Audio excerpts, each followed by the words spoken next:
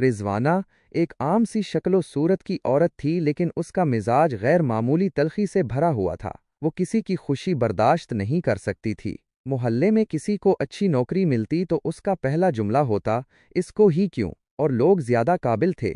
کسی کی شادی ہوتی تو کہتی، ایسی لڑکی کو بھی رشتہ مل گیا، دنیا آندھی ہو گئی ہے شاید۔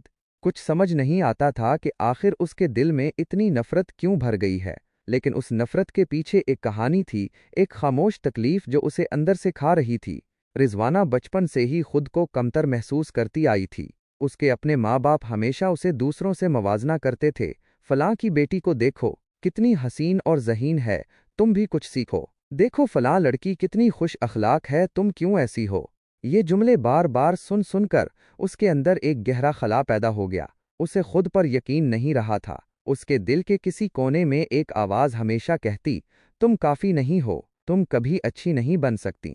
پھر شادی ہوئی تو اس زخم پر نمک پڑ گیا۔ اس کا شوہر بھی طنزیہ باتیں کرتا، اس کی عزت نہیں کرتا تھا۔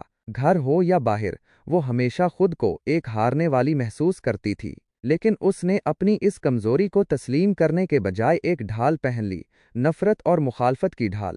اب ہر وہ شخص جو خوش نظر آتا تھا، جو کامیاب تھا، اسے اپنے راستے کی دیوار لگتا۔ وہ سوچتی، اگر میں خوش نہیں تو کوئی اور کیوں خوش ہو؟ یہ حسد نہیں تھا، یہ اندر کا درد تھا جو اسے دوسروں کی خوشی سے خوفزدہ کرتا تھا۔ دوسروں کی کامیابی اسے اپنی ناکامی کا تانا لگتی تھی۔ رضوانہ ہر کسی کو اپنا مقابل اس لیے سمجھتی تھی کیونکہ وہ خود اپنی نظروں میں ہار چکی تھی۔ اصل میں وہ دنیا سے نہیں لڑ رہی تھی، وہ اپنے آپ سے بھاگ رہی تھی۔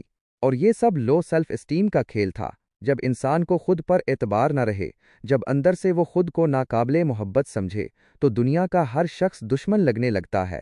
رضوانہ کی کہانی کا سب سے بڑا المیہ یہ تھا کہ جو محبت وہ دوسروں سے مانگ رہی تھی، وہ سب سے پہلے خود کو دینی تھی۔